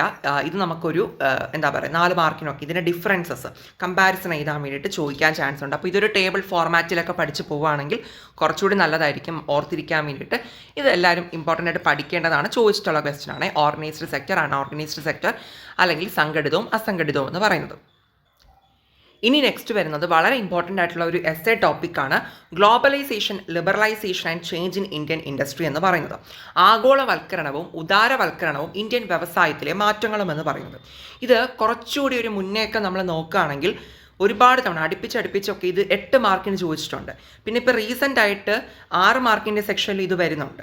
അപ്പോൾ നമുക്ക് ഒന്നും പറയാൻ പറ്റില്ല 8 മാർക്കിന് വരുമോ 6 മാർക്കിന് വരാൻ പറ്റുമോ എന്നുള്ളത്. നമ്മൾ എന്തായാലും ഒരു 8 മാർക്ക് കണക്കാക്കി നിങ്ങൾ പഠിച്ചിട്ട് പോവുക. കാരണം അങ്ങനെ നമുക്ക് ചോദിക്കുന്ന ഒരു ക്വസ്റ്റ്യൻ ആണ് കേട്ടോ. ഇനി വേണമെങ്കിൽ 5 മാർക്കിൻ്റെ 4 മാർക്കിൻ്റെ അതിലും വേണമെങ്കിൽ വരാം. ഓക്കെ, അതുകൊണ്ട് തന്നെ ഈ ടോപ്പിക്ക് എന്തായാലും നിങ്ങൾ നോക്കിയിട്ട് പോവുക. ഒരു എസ്സേ ടോപ്പിക്ക് തന്നെയാണ് ഗ്ലോബലൈസേഷൻ, അതായത് നമ്മുടെ ആഗോളവൽക്കരണവും ഉദാരവൽക്കരണവും വന്നതിന് ശേഷം ഇന്ത്യൻ വ്യവസായത്തിൽ എന്തെല്ലാം മാറ്റങ്ങൾ ഉണ്ടായി എന്നുള്ളതാണ് ഇവിടെ പറയുന്നത് കേട്ടോ. ഇന്ത്യൻ ഇൻഡസ്ട്രിയിൽ ഉണ്ടായ ചേഞ്ചസിനെ പറ്റിയിട്ടാണ് ഒരു എസ്സേ ടോപ്പിക്കായിട്ട് കണക്കാക്കി തന്നെ പഠിക്കുക. 8 മാർക്കിന് ചോദിച്ചിട്ടുണ്ട്, അല്ലെങ്കിൽ 6 മാർക്കിനും വരാം. ഓക്കെ, ഇനിതാ അടുത്ത് how is work carried out, തൊഴിൽ നടപ്പിലാക്കുന്നത് എങ്ങനെയെന്ന് പറഞ്ഞിട്ടൊരു ടോപ്പിക് ഉണ്ട്.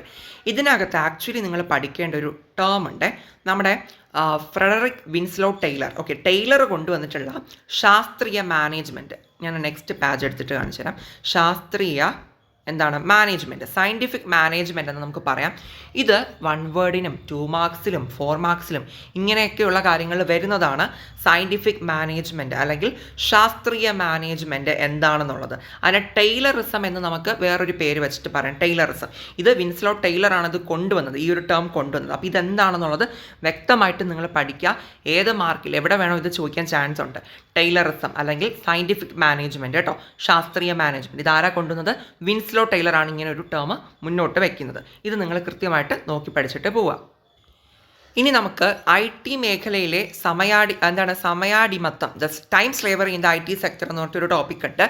ഇതിപ്പോൾ NCERTയിൽ ഇത്തരത്തിലാണ് കൊടുത്തിട്ടുള്ളത്, ഇത്രേ കൊടുത്തിട്ടുള്ളൂ. പക്ഷേ നമ്മുടെ ഗൈഡിൽ നമുക്ക് കറക്റ്റായിട്ട് പഠിക്കേണ്ട ടെക്സ്റ്റ് ബുക്കിലാണ്, മീൻസ് SCERT വെച്ചിട്ട് നമ്മൾ നോക്കുമ്പോൾ കുറേ കൂടി ഡീറ്റെയിൽ ആയിട്ട് പറയുന്നുണ്ട്. ഇതിനകത്തുനിന്ന് ഒരു 2 മാർക്കിൻ്റെ അല്ലെങ്കിൽ 1 വേർഡ്സുകളുണ്ട്. ഞാനത് സെപ്പറേറ്റ് ആയിട്ട് പറഞ്ഞു തരാവേ. ഇതാ ഇവിടെ നോക്കിക്കോളൂ, 3 ടേംസുകളാണ്. 1 നൈറ്റ് ഔട്ട്, 2 ഫ്ലെക്സി ടൈം, പിന്നെ 3ാമതായിട്ട് നോളജ് എക്കോണമിയാണ്. ഇത് 3 നമുക്ക് 1 വേർഡ്സിലും 2 മാർക്കിൻ്റെ സെക്ഷനിലൊക്കെ ചോദിച്ച് കണ്ടിട്ടുള്ള, PYQസിൽ കണ്ടിട്ടുള്ള 3 ക്വസ്റ്റ്യൻസ് ആണ്. ഞാൻ പറഞ്ഞല്ലോ ആ ഒരു ടൈം സ്ലേവറി എന്ന് പറഞ്ഞ ആ ഒരു ടോപ്പിക്കിനകത്താണ് ഇത് വരുന്നത്. ഇത് 3ഉം എന്താണെന്നുള്ള ജസ്റ്റ് ഒരു ഡെഫിനീഷൻ മോഡൽ നിങ്ങളൊന്ന് പഠിച്ചിട്ട് പോവുക. എന്തായാലും നോക്കിയിട്ട് പോകണം കേട്ടോ. Night out, flexi time, knowledge economy. പ്രത്യേകിച്ച് ഇതിൽ ഈ നോളജ് എക്കോണമിയൊക്കെ പലതവണ ചോദിച്ചിട്ടുള്ളതാണ് മോഡൽ എക്സാമിനൊക്കെ. നോളജ് എക്കോണമി അത് നിങ്ങൾ എന്ത് ചെയ്യണം, എല്ലാവരും നോക്കിയിട്ട് പോവേണ്ടതാണ് കേട്ടോ. 3 നിങ്ങൾ പഠിക്കുക. നോളജ് എക്കോണമി പ്രത്യേകിച്ച് നോക്കിയിട്ട് പോകണം. ഇനി ഇതേ ടോപ്പിക്ക് റിലേറ്റ് ചെയ്തിട്ട് തന്നെ ഒരു 1 വേർഡ് കൂടി പ്രധാനമായിട്ട് പഠിക്കണം. ഞാനിത് സെപ്പറേറ്റ് പറഞ്ഞു തരുന്നത്, അപ്പോൾ നിങ്ങൾക്ക് കുറച്ചുകൂടി അത് ഈസി ആണല്ലോ ഫിഗർ ഔട്ട് ചെയ്യാൻ വേണ്ടിയിട്ട്. ടെക്സ്റ്റിലൊന്ന് നോക്കിക്കൊള്ളാം. ഹാരി ബ്രേവർമാൻ എന്താണെന്ന് വെച്ചിട്ടുണ്ടെങ്കിൽ, ഈ ഹാരി ബ്രേവർമാൻ എന്ന് പറയുന്ന ഒരു വ്യക്തിയാണ്. അദ്ദേഹം ഒരു സോഷ്യോളജിസ്റ്റാണ്. അദ്ദേഹം പറഞ്ഞത് the use of machinery actually deskills labour. അതായത് വേറൊന്നുമില്ല, നമ്മൾ ഈ മെഷീൻസ് ഉണ്ടല്ലോ, ഇങ്ങനെയുള്ള ഉപകരണങ്ങൾ മെഷീൻസ് നമ്മൾ ഉപയോഗിച്ച് കഴിഞ്ഞ് കഴിഞ്ഞാൽ നമ്മുടെ തൊഴിലാളികളുടെ അവരുടെ സ്കില്ലിനെ അത് കുറയ്ക്കുന്നുണ്ട് എന്നാണ് അദ്ദേഹം പറഞ്ഞത്. അവരുടെ സ്കില്ലുകളെല്ലാം മാറ്റുന്നുണ്ട്, സ്കില്ല് കുറഞ്ഞു പോവുകയാണ് ചെയ്യുന്നതെന്നാണ് പറഞ്ഞത്. ആ ഒരു കാര്യം മനസ്സിലാക്കുക. മെഷീൻസ് കൂടുതലായിട്ട് ഉപയോഗിക്കും തോറും നമ്മുടെ വ്യക്തികളുടെ, നമ്മുടെ ഈ ലേബറേഴ്സിൻ്റെ ഒക്കെ വർക്കേഴ്സിൻ്റെ എന്താണ് അവരുടെ സ്കില്ലുകളാണ് അവിടെ ക്ഷയിച്ച് പോകുന്നത് എന്നാണ് ആര് പറഞ്ഞത്? ഹാരി ബ്രേവർമാൻ പറഞ്ഞത്. പലപ്പോഴും വൺ വേർഡിന് ചോദിച്ചിട്ടുള്ളതാണ്. അപ്പോൾ ആ ഒരു സെൻറ്റൻസ് തന്നിട്ടായിരിക്കും ഇത് ചോദിക്കുന്നുണ്ടാവും, ഇത് ആര് പറഞ്ഞു എന്ന് പറഞ്ഞിട്ട്. അപ്പോൾ ഹാരി ബ്രേവർമാനാണത് പറഞ്ഞത് കേട്ടോ. മെഷീൻസ് യൂസ് ചെയ്ത് കഴിഞ്ഞാൽ എന്ത് ചെയ്യും, നമ്മുടെ സ്കില്ല് കുറഞ്ഞു പോകും എന്നുള്ള നിലയ്ക്ക് പറഞ്ഞതാണ് ഹാരി ബ്രേവർമാൻ എന്ന് പറഞ്ഞത്. അതുകൂടി നിങ്ങൾ ഒരു വൺ വേർഡായിട്ട് പഠിച്ചു വയ്ക്കുക. പിന്നെ വർക്കിംഗ് കണ്ടീഷൻസ്, തൊഴിൽ സാഹചര്യങ്ങൾ കേട്ടോ, അങ്ങനെയാണ് അത് ഫുള്ളായിട്ട് വരുന്നത്. ഓക്കെ, വർക്കിംഗ് കണ്ടീഷൻസിനെ പറ്റിയിട്ട് പറയുന്നുണ്ട്. അപ്പോൾ ഇത് നമുക്കൊരു 4 മാർക്സിൻ്റെ ഇത് ചോദിക്കുന്ന വേറൊന്നുമില്ല. ഈ മൈൻസിലൊക്കെ പണിയെടുക്കുന്ന ആൾക്കാരുണ്ടല്ലോ, ഖനികളിലൊക്കെ വർക്ക് ചെയ്യുന്ന ആൾക്കാർ, അപ്പോൾ അവരുടെ സിറ്റുവേഷൻ എങ്ങനെയാണ് എന്നുള്ളത് നമുക്ക് ചോദിക്കാറുണ്ട് കേട്ടോ. പ്രത്യേകിച്ച് അതായത് അങ്ങനെയുള്ള ഒരു സ്ഥലത്തൊക്കെ നമ്മൾ പണിയെടുക്കുമ്പോൾ, ഇതുപോലെയൊക്കെയുള്ള സ്ഥലങ്ങളിൽ പണിയെടുക്കുമ്പോൾ എന്തൊക്കെ ബുദ്ധിമുട്ടുകളാണ് ഉണ്ടാവുക, അത് ഈ ഒരു കാര്യത്തിനകത്ത് ഡീറ്റെയിൽ ആയിട്ട് പറഞ്ഞു പോകുന്നുണ്ട് ഈ ഒരു ടോപ്പിക്കിനകത്ത്. അപ്പോൾ ജസ്റ്റ് ഒന്ന് നിങ്ങൾ വായിച്ച് വെച്ചേക്കുക, അത് എളുപ്പമാണ്, എല്ലാവർക്കും എഴുതാൻ പറ്റും. ഓക്കെ, ഇനി നെക്സ്റ്റ് വരുന്നതാണ് ഹോം ബേസ്ഡ് വർക്ക്, ഗാർഹിക അടിസ്ഥാനത്തിലുള്ള തൊഴിൽ. ഇത് വളരെ ഇമ്പോർട്ടൻ്റ് ആണ് കേട്ടോ. ഇതിനകത്ത് നമ്മുടെ ബീഡി ഇൻഡസ്ട്രീനെ പറ്റിയിട്ടൊക്കെ പറഞ്ഞു വെക്കുന്നുണ്ട്. സോ ഇത് നിങ്ങൾ പഠിച്ചിട്ട് പോവുക. ഹോം ബേസ്ഡ് വർക്കിനെ പറ്റിയിട്ട് ഒരു 4 മാർക്കിനൊക്കെ ഷോർട്ടസ്റ്റ് ആയിട്ട് സെപ്പറേറ്റ്ലി എഴുതാൻ ചോദിക്കാറുണ്ട്. അതുപോലെ തന്നെ ഈ ചാപ്റ്ററിൻ്റെ അവസാന ടോപ്പിക്കാണ് സ്ട്രൈക്സ് ആൻഡ് യൂണിയൻസ്, സമരങ്ങളും യൂണിയനുകളും. ഇത് നിങ്ങൾ പഠിക്കുക. ഇവിടെ ഡോക്ടർ ദത്താ സാമന്ത് എന്ന് പറഞ്ഞിട്ടൊരു വ്യക്തി ഒരു ബോംബെ ടെക്സ്റ്റൈൽ സ്ട്രൈക്ക് നടത്തിയ ഒരു കാര്യമൊക്കെ പറയുന്നുണ്ട് കേട്ടോ. അത് നമുക്ക് പ്രത്യേകിച്ച് വൺ വേർഡായിട്ടും ചോദിക്കുന്ന ക്വസ്റ്റ്യൻ ആണ് കേട്ടോ. ബോംബെ ടെക്സ്റ്റൈൽ സ്ട്രൈക്കിനെ പറ്റിയിട്ട് ആരാണ്?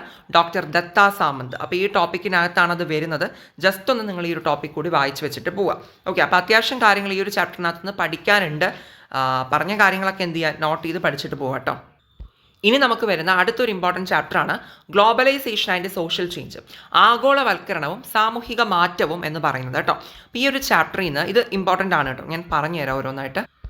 ആദ്യമേ നിങ്ങൾ പഠിക്കേണ്ടത് എന്താണ് ഗ്ലോബലൈസേഷൻ, എന്താണ് ആഗോളവൽക്കരണം എന്നുള്ളത് ഡെഫിനീഷൻ, മീൻസ് ആ ടോപ്പിക് എന്താണെന്നുള്ളത് കൃത്യമായിട്ട് മനസ്സിലാക്കിയിരിക്കുക. കാരണം അത് നമുക്ക് ചോദിക്കാറുണ്ട്. അതുമല്ല, അത് പഠിച്ചു കഴിഞ്ഞാൽ മാത്രം ബാക്കിയുള്ള കാര്യങ്ങൾ നമുക്ക് മനസ്സിലാക്കാനും പറ്റുള്ളൂ കേട്ടോ. പിന്നെ പറയുന്നതാണ് the different dimensions of globalisation, ആഗോളവൽക്കരണത്തിൻ്റെ വ്യത്യസ്ത മാനങ്ങളെ പറ്റിയിട്ട് ഇതിനകത്ത് പറഞ്ഞു വെക്കുന്നുണ്ട്. ഇത് വളരെ ഇമ്പോർട്ടൻ്റ് ആണ്. ഇതാ നോക്കൂ, ഏതൊക്കെയുണ്ട് പ്രത്യേകിച്ചുള്ള ഡയമെൻഷൻ ഇതാണ്. ഒന്ന്, ഉദാരവൽക്കരണത്തിൻ്റെ സാമ്പത്തിക നയം, the economic policy of liberalization പറയുന്നുണ്ട്. പിന്നെ രണ്ടാമതായിട്ട് രാജ്യാന്തര കോർപ്പറേഷനുകൾ, ദ ട്രാൻസ്നാഷണൽ കോർപ്പറേഷൻസ്, TNCസിനെ പറ്റി പറയുന്നുണ്ട്. മൂന്നാമത് ഇലക്ട്രോണിക് സമ്പദ് വ്യവസ്ഥ, ഇലക്ട്രോണിക് എക്കോണമീനെ പറ്റിയിട്ട് പറയുന്നുണ്ട്. നാലാമത് ഭാരരഹിത സമ്പദ് വ്യവസ്ഥ അഥവാ ജ്ഞാന സമ്പദ് വ്യവസ്ഥ, വെയ്റ്റ്ലെസ് എക്കോണമി അല്ലെങ്കിൽ നോളജ് എക്കോണമി, ഇത് വരുന്നുണ്ട് കേട്ടോ. സോ ഇത്രയും കാര്യങ്ങളാണ്. ഒരെണ്ണം കൂടിയുണ്ട്, ധനകാര്യത്തിൻ്റെ ആഗോളവൽക്കരണം, ഗ്ലോബലൈസേഷൻ ഓഫ് ഫിനാൻസസ് എന്ന് പറഞ്ഞിട്ട്. ഈ ഒരു 5 ടോപ്പിക്സ് ആണ്, മീൻസ് ഈ 5 സബ് ടോപ്പിക്സ് ആണ് ഡയമെൻഷൻസ് ആയിട്ട് നമുക്ക് പഠിക്കാനുള്ളത്. 5 കാര്യങ്ങൾ, ഗ്ലോബലൈസേഷൻ്റെ വിവിധ മാനങ്ങളാണ് കേട്ടോ, വ്യത്യസ്ത മാനങ്ങൾ, ഡയമെൻഷൻസ് ആണ്. 5 കാര്യങ്ങളുണ്ട്. 5ഉം നിങ്ങൾ പഠിക്കുക. ഇത് ഒരുമിച്ച് ഒരു ഷോർട്ടസ്റ്റ് ആയിട്ട് നമുക്ക് എക്സ്പെക്ട് ചെയ്യാം. ഇനിയിപ്പോൾ അങ്ങനെ വന്നില്ല എന്നുണ്ടെങ്കിൽ ഇതിൽ ഓരോന്നും സെപ്പറേറ്റ് ആയിട്ട് ചോദിക്കാറുണ്ട്.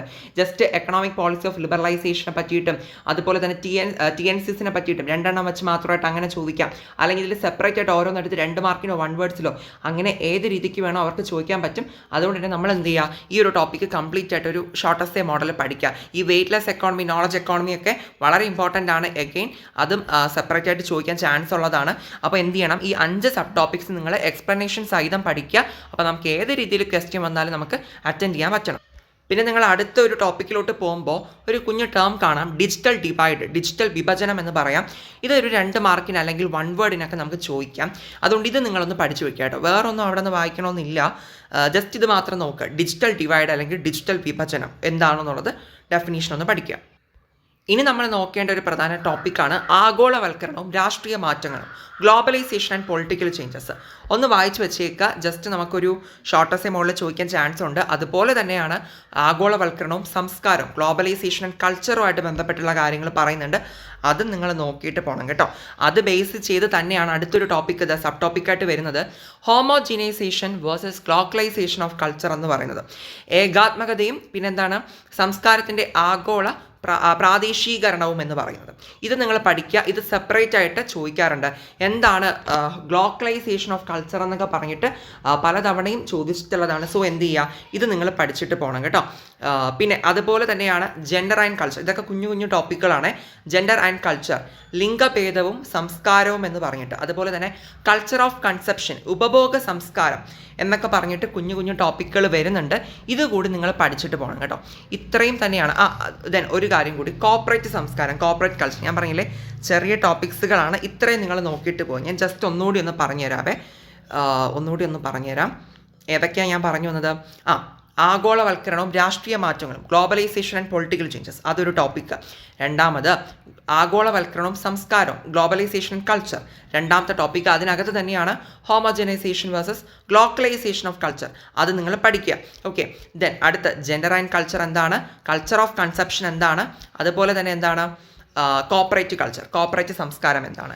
ഇത്രയും കാര്യങ്ങളോട് ജസ്റ്റ് ഒന്ന് വായിച്ച് മനസ്സിലാക്കിയിട്ട് വേണം പോകാനായിട്ട് കേട്ടോ. കാരണം നമുക്കിത് എന്താ പറയുക, 2 മാർക്കിൻ്റെയും 4 മാർക്കിൻ്റെയും ഷോർട്ടസ്റ്റ് ആയിട്ട് എങ്ങനെ വേണോ ചോദിക്കാൻ ചാൻസ് ഉണ്ട്. ഈ ടോപ്പിക്സ് കൂടി നിങ്ങൾ പഠിച്ചിട്ട് പോവുക.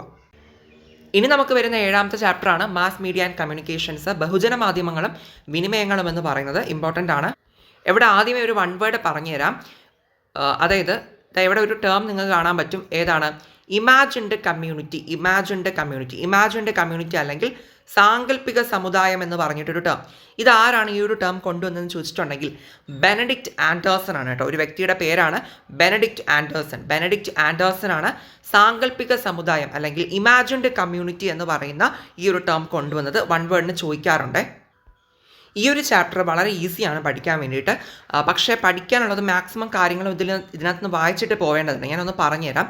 ഒന്ന്, mass media in independent India, സ്വതന്ത്ര ഇന്ത്യയിലെ ബഹുജന മാധ്യമങ്ങൾ എന്ന് പറഞ്ഞിട്ട് ഒരു ടോപ്പിക്കാണ്. ഇതൊരു മേജർ ടോപ്പിക്കാണ്. ഇതിനകത്ത് കുറേ കാര്യങ്ങൾ പഠിക്കാനുണ്ട്.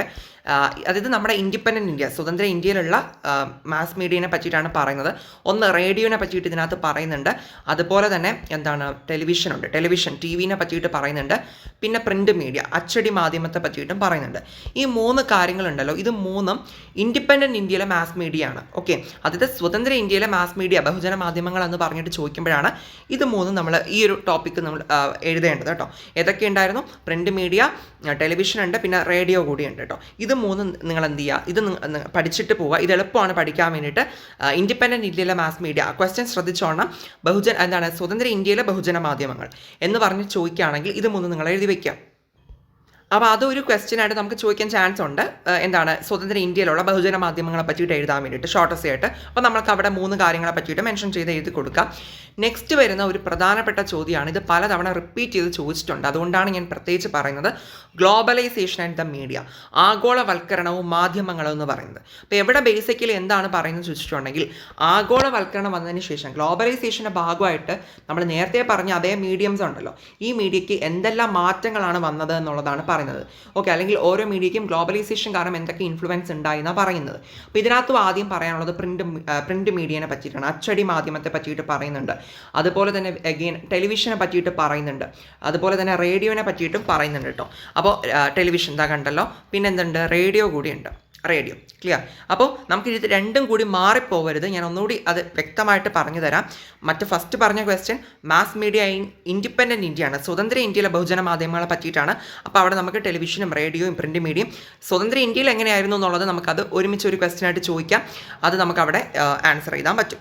രണ്ടാമത് ഇപ്പോൾ പറഞ്ഞത് എന്താണ്, ഗ്ലോബലൈസേഷൻ വന്നതിന് ശേഷമുള്ള മാസ് മീഡിയനെ പറ്റിയിട്ടാണ്, ബഹുജന മാധ്യമങ്ങളെ പറ്റിയിട്ടാണ്. അപ്പോൾ എവിടെ നമ്മൾ ഗ്ലോബലൈസേഷൻ്റെ ഭാഗമായിട്ട് ഉണ്ടായ ടെലിവിഷൻ, റേഡിയോ, പ്രിൻ്റ് മീഡിയനെ പറ്റിയിട്ടാണ് നമ്മൾ പറയുന്നത്. അപ്പോൾ ഇത് 3ഉം കൂടി ചേർത്ത്, ഇത് ജസ്റ്റ് ഒരു സിംഗിൾ ക്വസ്റ്റ്യനായിട്ട് ഇങ്ങനെ ചോദിക്കാം. അല്ലാന്നുണ്ടെങ്കിൽ ഇങ്ങനെ ചോദിക്കാം, ഗ്ലോബലൈസേഷൻ കാരണം പ്രിൻ്റ് മീഡിയയിൽ ഉണ്ടായ ഇൻഫ്ലുവൻസ് എന്താണ്, അല്ലെങ്കിൽ ഗ്ലോബലൈസേഷൻ കാരണം റേഡിയോയിൽ എന്ത് മാറ്റമാണ് വന്നത്, ഗ്ലോബലൈസേഷൻ കാരണം ടെലിവിഷനിൽ എന്ത് സംഭവിച്ചു, ഇങ്ങനെ സെപ്പറേറ്റ് ആയിട്ടും ചോദിക്കാറുണ്ട്. അല്ലെങ്കിൽ ഒരുമിച്ച് പൊതുവായിട്ട് ഇങ്ങനെ ചോദിക്കും, ഗ്ലോബലൈസേഷൻ കാരണം മാസ് മീഡിയയിൽ എന്തൊക്കെ ചേഞ്ചസ് ഉണ്ടായി എന്നുള്ള രീതിയിലും ചോദിക്കാം. അപ്പോൾ നമ്മൾ ഫുള്ള് അവിടെ കവർ ചെയ്തിട്ട് പോകണം. അപ്പോൾ നമുക്ക് എങ്ങനെ ചോദിച്ചാലും നമുക്കവിടെ ആൻസർ ചെയ്താൻ പറ്റുമല്ലോ. ഓക്കെ. ഇത് ഈസിയാണ്, നമുക്ക് എല്ലാവർക്കും പഠിക്കാൻ പറ്റുന്നതാണ് കേട്ടോ. പിന്നെ ഇതിൻ്റെ അകത്തൊക്കെ ഒരുപാട് 1 വേർഡ്സും വരുന്നുണ്ട്. ഈ ഓരോ ടോപ്പിക്സിനകത്തും 1 വേർഡ്സ് വരുന്നുണ്ട്. ഞാൻ അതൊന്നും എടുത്തെടുത്ത് പറയുന്നില്ല. എന്താണ്, നിങ്ങൾ വായിച്ചിട്ട് പോവുക, അപ്പോൾ നിങ്ങൾക്കത് കിട്ടുമല്ലോ. ഓക്കെ. പറയാൻ പറ്റുന്ന കാര്യങ്ങളൊക്കെ മാക്സിമം പറയുന്നുണ്ട് 1 വേർഡ്സിൽ. പക്ഷേ ഇതിനകത്ത് ഇപ്പോൾ കുറേ കാര്യങ്ങൾ പറയുന്നുണ്ട്. പറയുന്നുണ്ട്. നിങ്ങൾ എന്തായാലും വായിച്ചിട്ട് പോവുക, കാരണം ഷോർട്ട് എസ്സേക്കും വരാൻ ചാൻസ് ഉള്ളതാണ്. അപ്പോൾ എന്തായാലും അതിനോടൊപ്പം ഓട്ടോമാറ്റിക്കായിട്ട് നിങ്ങൾക്ക് 1 വേർഡ്സ് ഇവിടെ കിട്ടിക്കോളും. ഇനി നമുക്ക് വരുന്ന അവസാനത്തെ ചാപ്റ്ററാണ് സോഷ്യൽ മൂവ്മെൻറ്റ്സ്, സാമൂഹിക പ്രസ്ഥാനങ്ങൾ. അവസാനത്തെ ചാപ്റ്ററാണ്, പക്ഷെ വളരെ ഇമ്പോർട്ടൻ്റ് കൂടിയാണ് കേട്ടോ. 8 മാർക്കിൻ്റെ എസ്സേ ചോദ്യങ്ങൾ വരുന്ന ചാപ്റ്റർ കൂടിയാണ്. സോ എന്തായാലും നോക്കാം നമുക്ക്. എവിടെ ആദ്യമേ തന്നെ ഫ്യൂച്ചേഴ്സ് ഓഫ് സോഷ്യൽ മൂവ്മെൻറ്റ്സ്, അതായത് ഒരു സാമൂഹിക പ്രസ്ഥാനത്തിൻ്റെ ലക്ഷണങ്ങൾ, സോഷ്യൽ മൂവ്മെൻറ്റിൻ്റെ ഫ്യൂച്ചേഴ്സിനെ പറ്റിയിട്ട് ജസ്റ്റ് ഒന്ന് നിങ്ങൾ അറിഞ്ഞിരിക്കുക. ഒരു 4 മാർക്കിനൊക്കെ ചോദിക്കാൻ ചാൻസ് ഉള്ളതാണ് ഫ്യൂച്ചേഴ്സ് എന്തായിരുന്നു എന്നുള്ളതിനെ പറ്റിയിട്ട് കേട്ടോ. ഓക്കെ, പിന്നെ നെക്സ്റ്റ് ഒരു 2 മാർക്കിന് അല്ലെങ്കിൽ 1 വേർഡിന് ചോദിക്കാൻ ചാൻസ് ഉള്ള ഒരു ടോപ്പിക്കാണ് കൗണ്ടർ മൂവ്മെൻറ്റ്സ് അല്ലെങ്കിൽ പ്രതിപ്രസ്ഥാനങ്ങൾ എന്ന് പറഞ്ഞ് ഞാൻ അണ്ടർലൈൻ ചെയ്തിട്ടുണ്ട്. ഇത് നിങ്ങൾ ഡെഫിനേഷനായിട്ടൊന്ന് ജസ്റ്റ് ഒന്ന് പഠിച്ചിട്ട് പോവുക. ഇനി നെക്സ്റ്റ് വരുന്ന വളരെ വളരെ ഇമ്പോർട്ടൻറ്റ് ക്വസ്റ്റ്യൻ ആണ്. ഈ ഒരു ചാപ്റ്റർ ബേസ് ചെയ്തിട്ട് ഉറപ്പായിട്ടും ചോദിക്കാൻ ചാൻസ് ഉള്ള ഒരു ക്വസ്റ്റ്യൻ ആണ്. എന്താണ് സാമൂഹിക പ്രസ്ഥാനങ്ങളുടെ സിദ്ധാന്തങ്ങൾ അല്ലെങ്കിൽ തിയറീസ് ഓഫ് സോഷ്യൽ മൂവ്മെൻറ്റ്സ് എന്ന് പറയുന്നത്. ഇത് ഉറപ്പാണ് കേട്ടോ. ഇതൊരു 6 മാർക്കിനോ 8 മാർക്കിനൊക്കെ എസ്സേ ചോദിക്കുന്ന ഒരു ടോപ്പിക്കാണ്, അല്ലെങ്കിൽ 6 മാർക്കിനോ 5 മാർക്കിനോ ഒക്കെ നമുക്ക് ചോദിക്കാൻ ചാൻസ് ഉണ്ട്. എല്ലാവരും പഠിച്ചിട്ട് പോവുക. 3 തിയറീസിനെ പറ്റി പറയുന്നുണ്ട്. ഞാൻ ജസ്റ്റ് ഒന്ന് വായിച്ചു വരാം. ദ തിയറി ഓഫ് റിലേറ്റീവ് ഡിപ്രൈവേഷനെ പറ്റിയിട്ട് പറയുന്നുണ്ട്. പിന്നെന്താണ് മാൻകർ ഓൾസൻ്റെ തിയറീനെ പറ്റി പറയുന്നുണ്ട്. അതുപോലെ തന്നെ റിസോഴ്സ് മൊബിലൈസേഷൻ തിയറീനെ പറ്റിയിട്ടും പറഞ്ഞു വയ്ക്കുന്നുണ്ട് കേട്ടോ. ഇതിനകത്ത് എല്ലാം ഡീറ്റെയിൽ ആയിട്ട് കൊടുത്തിട്ടുണ്ട്. നിങ്ങളത് 3 തിയറീസിനെ പറ്റിയിട്ടും പഠിച്ചിട്ട് പോവുക. എക്സ്പ്ലനേഷൻ സഹിതം 8 മാർക്കിന് കണക്കാക്കി തന്നെ പഠിക്കുക. തിയറീസ് ഓഫ് സോഷ്യൽ മൂവ്മെൻറ്റ്സ് സിദ്ധാന്തങ്ങളാണ്, പഠിച്ചിട്ട് പോകണം, ഇമ്പോർട്ടൻ്റ് ആണ് കേട്ടോ. ഇനി ടൈപ്സ് ഓഫ് സോഷ്യൽ മൂവ്മെൻറ്റ്സ് പറയുന്നുണ്ട്. നമുക്ക് പല ടൈപ്സ് ഓഫ് സോഷ്യൽ മൂവ്മെൻറ്റ്സിനെ പറ്റി പറയുന്നുണ്ട്. ഇതും ഒരു ഇമ്പോർട്ടൻറ്റ് ഷോർട്ട് എസ്സേ ക്വസ്റ്റ്യൻ ആണ് കേട്ടോ, അല്ലെങ്കിൽ എസ്സേക്ക് മേ ബി ചോദിക്കാൻ ചാൻസ് ഉണ്ട്. വലിയൊരു ടോപ്പിക്കാണ്. നോക്കൂ, 3 ടൈപ്സ് ഓഫ് സോഷ്യൽ മൂവ്മെൻറ്റ്സ് ആണ് നമുക്ക് പ്രധാനമായിട്ട് വരുന്നത്. ഏതൊക്കെയാണ്? റിഡംറ്റീവ് അല്ലെങ്കിൽ ട്രാൻസ്ഫോർമേറ്ററി സോഷ്യൽ മൂവ്മെൻറ്റ്സ് ഉണ്ട്, വീണ്ടെടുപ്പ് അല്ലെങ്കിൽ പരിവർത്തന പ്രസ്ഥാനങ്ങളുണ്ട്, പിന്നെന്താണ് പരിഷ്കരണവാദ പ്രസ്ഥാനങ്ങൾ റിഫോമിസ്റ്റ് മൂവ്മെൻറ്റ്സ് ഉണ്ട്, പിന്നെന്താ വിപ്ലവാത്മക പ്രസ്ഥാനങ്ങളുണ്ട്, റവല്യൂഷണറി മൂവ്മെൻറ്റ്സും ഉണ്ട്. അപ്പോൾ ഈ 3 ടൈപ്പ് സോഷ്യൽ മൂവ്മെൻറ്റ്സിനെ പറ്റിയിട്ടും എക്സ്പ്ലനേഷനായിട്ട് പറഞ്ഞു വയ്ക്കുന്നുണ്ട്. അത് നിങ്ങൾ പഠിച്ചിട്ട് പോവുക. ടൈപ്സ് ഓഫ് സോഷ്യൽ മൂവ്മെൻറ്റ്സ് ആണ് ക്വസ്റ്റ്യൻ. എന്ത് ചെയ്യണം? ഇത് നോക്കിയിട്ട് പോവേണ്ടതാണ്, ഇമ്പോർട്ടൻ്റ് ആണ് കേട്ടോ. ഇനി നമുക്ക് old and new social movements, പഴയ മീൻസ് എന്താണ് സാമൂഹിക പ്രസ്ഥാനങ്ങൾ എങ്ങനെയായിരുന്നു, പുതിയ സാമൂഹിക പ്രസ്ഥാനങ്ങൾ എങ്ങനെയാണെന്നുള്ളത് പറയുന്നുണ്ട്. ജസ്റ്റ് ഒന്ന് വായിച്ച് വയ്ക്കുക. ഇതൊരു 4 മാർക്കിനൊക്കെ ചോദിക്കാൻ ചാൻസ് ഉള്ള ഒരു ടോപ്പിക്കാണ്. കണ്ടോ, ഇതിൻ്റെ ഡിഫറൻസ് ഒക്കെ ഇതിനകത്ത് പറയുന്നുണ്ട്. മുന്നത്തത് എങ്ങനെയായിരുന്നു, ഇപ്പോഴത്തെ എങ്ങനെയായിരുന്നു, എന്ത് മാറ്റം ഉണ്ടായി ഇപ്പോൾ വന്നപ്പോൾ, അങ്ങനെയുള്ള കാര്യങ്ങളൊക്കെ പറയുന്നുണ്ട്. ജസ്റ്റ് ഒന്ന് നോക്കിയിട്ട് പോവുക. പിന്നെ നെക്സ്റ്റ് വരുന്നത് എക്കോളജിക്കൽ മൂവ്മെൻറ്റ്സ് ആണ്. ഇതിനകത്ത് നിന്ന് നമ്മൾ പഠിക്കേണ്ടത് ഏതിനെ തന്നെയാണ്? ചിപ്കോ മൂവ്മെൻറ്റ് പ്രത്യേകിച്ച് നമുക്ക് സെപ്പറേറ്റ് ആയിട്ട് ചോദിക്കുന്ന ഒരു ഷോർട്ട് എസ്സേ ടോപ്പിക്കാണ് കേട്ടോ, ചിപ്കോ മൂവ്മെൻറ്റ്. ഓക്കെ, ചിപ്കോ പ്രസ്ഥാനം നമ്മൾ പൊളിറ്റിക്സിലും പഠിക്കുന്നതാണ്. അപ്പോൾ അറിയുന്നുണ്ടായിരിക്കും നിങ്ങൾക്ക് ചിപ്കോ പ്രസ്ഥാനം. ഓക്കെ, പഠിച്ചിട്ട് പോകണം, ഇമ്പോർട്ടൻ്റ് ആണ്. എവിടെയും അത് ഇമ്പോർട്ടൻ്റ് തന്നെയാണ് കേട്ടോ. പിന്നെ നിങ്ങൾ ഈ ഒരു ചാപ്റ്ററിൽ നിന്ന് നോക്കേണ്ടത് ദളിത് പ്രസ്ഥാനമാണ്, ദളിത് മൂവ്മെൻറ്റ്. അതും ഒരു ഷോർട്ട് എസ്സേ ആയിട്ട് ചോദിക്കാൻ ചാൻസ് ഉള്ളതാണ്. എന്ത് ചെയ്യുക, അതുകൂടി നിങ്ങൾ പഠിച്ചിട്ട് പോവുക കേട്ടോ. പിന്നെ ഞാനിതിൽ പറയാത്ത കുറച്ച് ടോപ്പിക്സ് ഒക്കെ ഉണ്ട്. മീൻസ് ഒരു ഷോർട്ട് എസ്സേ ലെവലിലൊന്നും അത്രത്തോളം അങ്ങ് ഇമ്പോർട്ടൻ്റ് അല്ലാത്ത ടോപ്പിക്സ് ഉണ്ട്. പക്ഷെ അതൊക്കെ നിങ്ങൾ വായിച്ച് വയ്ക്കുക, കാരണം 1 വേർഡ്സ് ഒക്കെ എവിടെ നിന്ന് വേണം നമുക്ക് ചോദിക്കാൻ ചാൻസ് ഉണ്ട്, അതുകൊണ്ടാണ്. ഓക്കെ, ഇനി നമുക്ക് ലാസ്റ്റ് വരുന്ന ഒരു ടോപ്പിക്കാണ് വനിതകളുടെ പ്രസ്ഥാനം, ദ വിമൻസ് മൂവ്മെൻറ്റ് എന്ന് പറയുന്നത്. ഇത് വളരെ ഇമ്പോർട്ടൻ്റ് ആണ്. 8 മാർക്ക് അല്ലെങ്കിൽ 6 മാർക്ക് എസ്സേ ടോപ്പിക്കായിട്ട് നമുക്ക് പഠിക്കേണ്ടതാണ്. അവിടെ 2 ആയിട്ട് തരംതിരിച്ചിട്ടുണ്ട്. നമുക്ക് 19-ാം നൂറ്റാണ്ടിലെ സാമൂഹിക പരിഷ്കരണ പ്രസ്ഥാനങ്ങളും ആദ്യകാല വനിതാ സംഘടനകളും, the 19th century social reform movement and the early women's organisations, അത് പറയുന്നുണ്ട്. പിന്നെ അതുപോലെ തന്നെ വേറൊരു കാര്യം കൂടി പറയുന്നുണ്ട്. ദാറ്റ് ഈസ് പോസ്റ്റ് ഇൻഡിപെൻഡൻസ് പീരീഡിലുള്ള വിമൻസ് മൂവ്മെൻറ്റ്, ദാറ്റ് ഈസ് നമുക്ക് സ്വാതന്ത്ര്യം കിട്ടിയതിന് ശേഷമുള്ള വനിതകളുടെ പ്രസ്ഥാനത്തെ പറ്റിയിട്ടും ഡീറ്റെയിൽ ഇതിനിടയിൽ പറഞ്ഞു വയ്ക്കുന്നുണ്ട്. അതുകൂടി നിങ്ങൾ പഠിക്കുക. ഇത് മൊത്തത്തിൽ വിമൻസ് മൂവ്മെൻറ്റ്, ഓക്കെ, വനിതകളുടെ പ്രസ്ഥാനം, ആ ടോപ്പിക് കംപ്ലീറ്റ്ലി ഒരു 8 മാർക്ക് അല്ലെങ്കിൽ 6 മാർക്ക് കണക്കാക്കി പഠിച്ചിട്ട് പോവുക. എസ്സേ ടോപ്പിക്കാണ് കേട്ടോ. നമ്മുടെ അഡീഷണൽ ടെക്സ്റ്റിലും ലാസ്റ്റത്തെ ചാപ്റ്റർ എന്ന് പറയുമ്പോൾ നമ്മൾ ഈ പറഞ്ഞ കാര്യങ്ങളൊക്കെ തന്നെയാണ് ഇതിലുള്ളത്. നമുക്ക് പുതുതായിട്ടൊന്നും പഠിക്കാൻ പ്രത്യേകിച്ച് ഇതിനകത്തൊന്നും വരുന്നില്ല കേട്ടോ. പിന്നെ അഡീഷണൽ കുറച്ച് ഇൻഫർമേഷൻസ് ബോക്സസിലായിട്ടൊക്കെ കൊടുത്തിട്ടുണ്ട്. നിങ്ങൾക്ക് വേണമെന്നുണ്ടെങ്കിൽ ജസ്റ്റ് ഒന്ന് വായിച്ച് വയ്ക്കാം. അതിൽ വേറെ പ്രശ്നമൊന്നുമില്ല. ടൈം ഉണ്ടെന്നുണ്ടെങ്കിൽ വായിച്ച് നോക്കിക്കോളൂ. ഇതാ കണ്ടോ, നമ്മൾ പഠിച്ച തിയറി മീൻസ് പറഞ്ഞ തിയറീസിനെ പറ്റിയിട്ടൊക്കെ പറയുന്നുണ്ട്. അപ്പോൾ ഇതിലും റിപ്പീറ്റ് ചെയ്തതിൽ പറഞ്ഞിട്ടുണ്ട്. അതുകൊണ്ട് അതൊക്കെ ഇമ്പോർട്ടൻ്റ് ആണെന്നുള്ളത് മനസ്സിലാക്കുക. ഓൾഡ് ആൻഡ് ന്യൂ സോഷ്യൽ മൂവ്മെൻറ്റ്സിനെ പറ്റിയിട്ടൊക്കെ പറയുന്നുണ്ട്. പറഞ്ഞ കാര്യങ്ങൾ തന്നെയാണ് ഇതിൽ കൂടുതലും പറഞ്ഞിട്ടുള്ളത്. അതാണ് ഞാൻ ലാസ്റ്റിലുള്ള ചാപ്റ്റേഴ്സിലൊന്നും പറയാത്തത് കേട്ടോ. സോ എന്ത് ചെയ്യുക, ഇത്രയും കാര്യങ്ങളാണ് നമ്മൾ മെയിനായിട്ട് പഠിച്ചിട്ട് പോവേണ്ടത്. ഇനി നിങ്ങൾക്ക് എന്തെങ്കിലും ഡൗട്ട്സ് ഉണ്ടെന്നുണ്ടെങ്കിൽ കമൻറ്റ് സെക്ഷനിൽ അറിയിക്കുക. ദെൻ പാർട്ട് 1 ടെക്സ്റ്റ് ബുക്കിൻ്റെ അത് ചെയ്തിട്ടുണ്ട്. അത് കാണാത്തവരുണ്ടെങ്കിൽ അതുകൂടി ഒന്ന് കണ്ടു നോക്കുക. മാക്സിമം പറ്റുന്ന പോലെ, നമുക്ക് കുറച്ച് സമയം പഠിക്കാനുള്ളത്. സോ പറ്റുന്ന പോലെ നിങ്ങൾ പഠിച്ചിട്ട് പോവുക. പറ്റുന്ന പോലെ നിങ്ങൾക്ക് എക്സാം എഴുതാൻ പറ്റട്ടെ കേട്ടോ. നന്നായിട്ട് തന്നെ എഴുതാൻ ശ്രമിക്കൂ. സോ ഇനി നിങ്ങൾക്ക് യൂസ്ഫുൾ ആയിട്ടുണ്ടെന്നുണ്ടെങ്കിൽ ഫ്രണ്ട്സിനൊക്കെ ഒന്ന് ഷെയർ ചെയ്ത് കൊടുക്കുക, സബ്സ്ക്രൈബ് ചെയ്യുക, സപ്പോർട്ട് ചെയ്യുക, ലൈക്ക് ചെയ്യുക, പിന്നെ എന്താക്കുക ഹൈപ്പ് തരാനും കൂടി മറക്കരുത് കേട്ടോ. ഓക്കെ, സോ ഇനി പറ്റുന്ന പോലെ ഇനി ബാക്കിയുള്ള വീഡിയോസും വേറെ വിഷയങ്ങളുടെ വീഡിയോസൊക്കെ വരുന്നുണ്ട്, ഇതുപോലെ തന്നെ വരുന്നുണ്ട്. സോ എല്ലാവരും സപ്പോർട്ട് ചെയ്യുക. Thank you.